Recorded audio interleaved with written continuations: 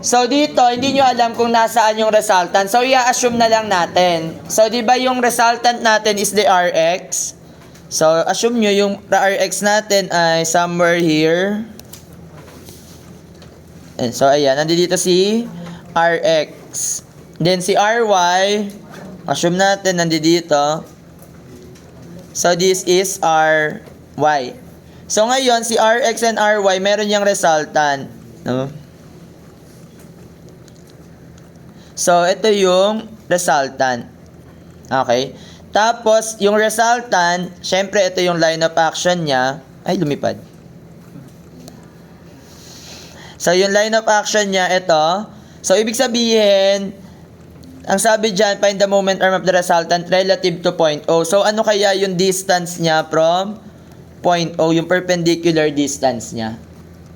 So, ang gawin natin, unahin na natin i-solve si Rx. So, gagamit tayo dito ng Varignon's theorem. So, summation ng forces along X is equal to Rx. So, assuming to the right, positive. Kasi, yung in-assume nyo na resultant ay to the right. So, ngayon, isa-isahin nyo yung mga forces natin, horizontal. So, ano yung mga forces na horizontal? Una, nandiyan dyan si 60. To the right. So, positive. Plus, yung horizontal component ni 20. Tama, ito. Plus 20 cos 30. Plus, next, meron tayo ditong horizontal component ni 100. So, minus, kasi to the left, minus 100 cosine 45. The next, yung 100 pa natin dito sa baba, meron din tong horizontal component. Minus 100 cosine of 60. Meron pa ba? So, magkano si Rx?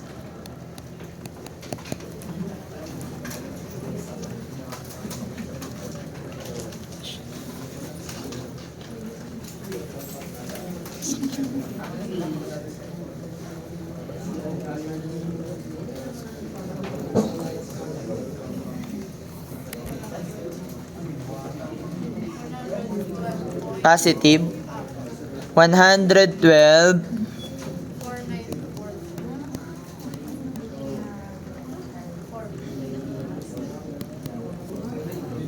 mali. Oh, mali daw. Mali mo. Negative. Tama, negative 43. 439. Okay na yan. 0 point. Okay na yan. Yung kanina, may natsa-checkan kasi ko minsan syempre minsan may makakaligtas. Kunwari, minsan kasi tinitignan ko na lang yung whole number. So pag tumama yung whole number mo, tapos tatlo naman ay tama mo yung whole number, tapos medyo malayo yung decimal sa answer ko. Tatama ko na yon. Tapos namali yung isang whole number mo. So pagdududahan ko na yung sagot ko pagka hindi na tama na. So magbabawas na lang ako ng konti doon kapag konti lang yung mali. Pero kung nakaligtas na same naman yung whole number na nakuha nyo at malapit din sa sagot ko, papayagan ko ng perfect yan. So next, baka may mag-compare pa. So, bakit mas maganda yung score mo, tapos score mo sa akin, paresan tayo ng sagot, no? Nagkopyahan. Hindi, joke lang. Next, summation naman ng forces along y is equal to ry, assuming upward positive. So, ry is equal to, ano yung mga forces? Negative 30. So, ito yung 100, may downward, minus 100 sin 60. Ito yung 100 plus 100 sin 45. Then yung 20 plus 20 sin of 30. So magkano si RY?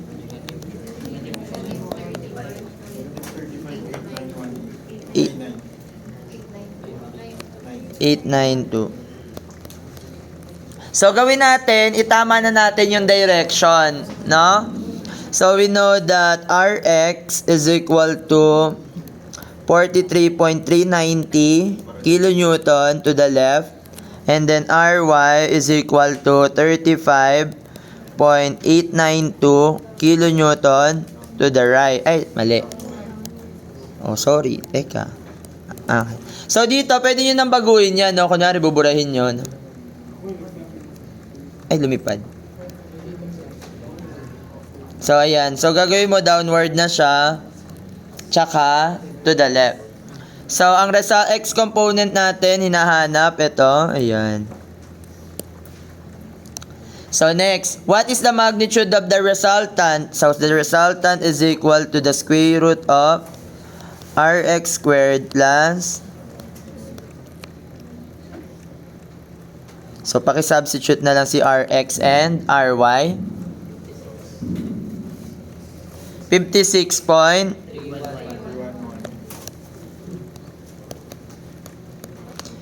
kilonewton. So, kung may angle na hinahanap, kunin nyo lang yung angle. So, ngayon, find the moment arm of the resultant relative to point O. Yung resultant natin, hindi natin sure kung ano yung moment na pinoproduce niya, kung counterclockwise ba or clockwise. So, for example, ito yung resultant mo, ginawa mong ganyan. So, di ba yung resultant nito, pag nag-moment ka kay O, ano yung pinoproduce niyang moment? Counterclockwise. No? Tapos, baka mamaya ganyan yung drawing mo, no? O, okay lang yan, kasi assumption pa lang naman yan. Sige. Sa tingin nyo, saan ba siya iikot? Ano yung pinoproduce niyang moment? Clockwise or counterclockwise? Sige, kung ano yung naisip nyo lang. Counterclockwise. So, ibig sabihin, ganito yung drawing natin, no? Yan. So, ito yung resultant natin. Okay lang. So, ano yung moment arm niya? Kay point O, yun yung nahanap no? So, yung perpendicular distance niya, which is denoted as D. Okay lang?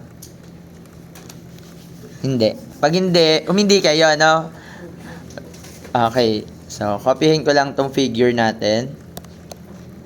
Lipat ko lang sa baba para kasya. Alo. Joke lang.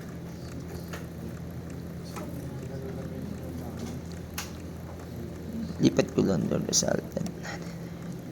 Ayan. So, ang gagamitin natin dito is the Varignon's theorem. The moment produced by the resultant at point O is equal to the summation ng moment ng mga forces about point O. So, ano yung moment na pinoproduce ni resultant kay point O? Ito yung moment, no? Ano yung pinoproduce niya? Counterclockwise. So, assume natin counterclockwise, positive. Okay lang yan, ha? So, ibig sabihin, kapag namali yung distance natin, ibig sabihin, mali lang yung assumption natin, ha? So, Rx. So, ano yung moment na pinoproduce ng resultant about point O? That's R multiplied by D, yung moment arm niya. So, isa-isahin natin yung mga forces. Unahin natin yung 20 na naka-inclined na 30 degrees. So, moment tayo kay O. So, ito yung horizontal component niya. Yung pinoproduce na moment. Clockwise, no? So, minus 20 cosine 30. Ano yung moment arm niya? 3 meters. Next. O, yung vertical component ni 20. Magpo-produce ba siya ng moment? Hindi. So, tanggalin mo na yan. Next, si 60. Magpo-produce ng clockwise plus minus pala. Minus 60 multiplied by 3. Next. Ito, yung horizontal component ni 100 plus 100 cosine 45. Ano yung moment arm niya? 3. Yung vertical component naman nito, magpo-produce ng counter din plus 100 sine 45 moment arm 4. Next. O, itong 30, magpo-produce ba ng moment? Hindi. Ito, yung horizontal component, hindi din, no? So, yung vertical component na lang, minus 100 sin 60, ang moment arm niya ay 4. Meron pa ba? Wala na. So, magkano si RD? That is 56.311 multiplied by D. Ito, paki-compute. Positive. Negative 83.39. So, then, solving for D, magkano yung distance D? 1 meters. So, bakit kinuha ko yung summation ng moment at O? Ng moment ng force at point O? Kasi, kasi pinapahanap yung For example, ang tinanong dito, what is the location kung saan, negative pala ito, nakuha yung negative. So, ibig sabihin, mali lang tayo ng assumption. Dapat, nasa baba siya. No? So, yung resultant pala ay magpo-produce ng counterclockwise. No? Clockwise rather. No? Yan. So, yun. So, what if pinahanap naman yung point kung saan siya nag-pass sa x-axis? No? For example, hinahanap yung resultant na nag-pass sa x-axis. So, ito, di ba mali na to? Ibig sabihin, dito na siya, yan. Yung resultant natin, ayan, dyan matatagpuan. Kasi ito na yung magpo-produce ng clockwise moment. So, D. So, ngayon, hinahanap kung nasaan siya sa x-axis. So, ito yung x-axis natin, di ba? Ayan. O, hinahanap kung saan siya nag-pass. Ito yan, di ba? So, ano yung gagawin natin? Yung component, ilipat natin. Principle of transmissibility. So, ang gagawin natin, yung vertical component na to, si Ry, nandito. Tapos si Rx, nandiyan dyan. Tama? So, ano yung distance na to? Ito yung nahanap nating distance, no? So, distance x. So, paano yung gagawin natin dyan? So, ang gawin na lang natin, principle of moments pa rin, or the Varignon's theorem.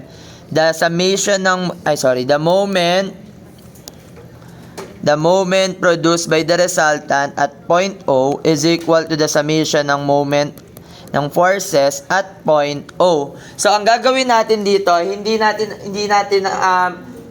na yung resultant ang papaikutin natin. Ang papaikutin na lang natin yung component ni Rx and Ry. Si Rx, hindi na iniikot kay point O. Ang iikot na lang si Ry.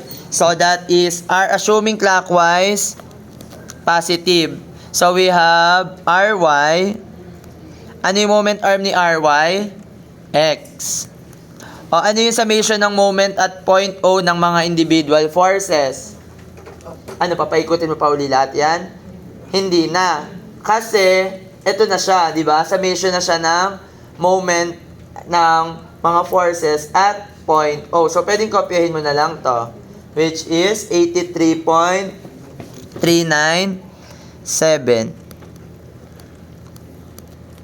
So, di ba negative yung nakuha natin dito kanina? Ang inassume natin ay counterclockwise. So, clockwise pala dapat siya. Kaya, positive na rin yan. So, magkano si X? So, substitute nyo lang si Ry. Ito yung Ry natin. So, that is 83.397 divided by... ito may Ry ka na.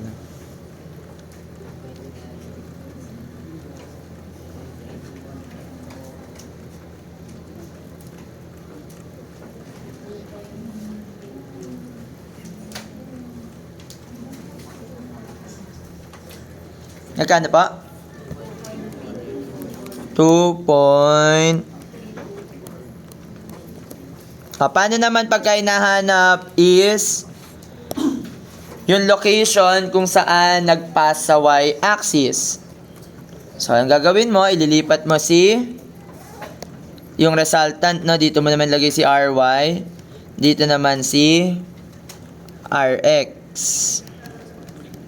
So, ito yung nahanap nating distance. Ayan, this is y. Okay lang? Ano? Bakit? Dapat mo okay yun. Joke lang. Okay lang. So, ngayon, the moment produced by the resultant at point O is equal to the summation ng moment ng individual forces at point O. So, si Rx naman yung iikot, ang moment arm niya, Y, is equal to 83.397. So, magkano yung Y? Pa? Ito yung gagamitin yung Rx, no? Si 43.390. 1 point.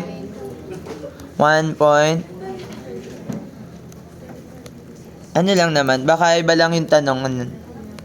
Pero yan lang naman yung kadalasang tinatanong, no? So, tinatanong kung ano yung location ng moment arm, ay location ng resultant, no?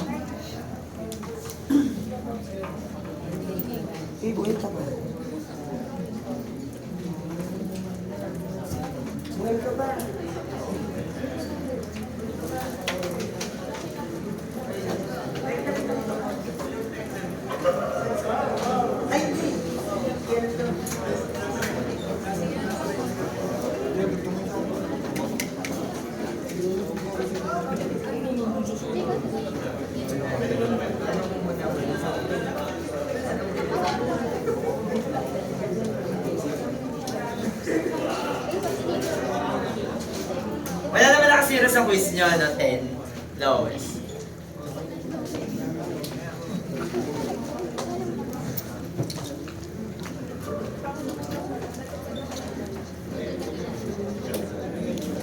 So again, di ba ang pinakamahalaga lang dito ay Varignon's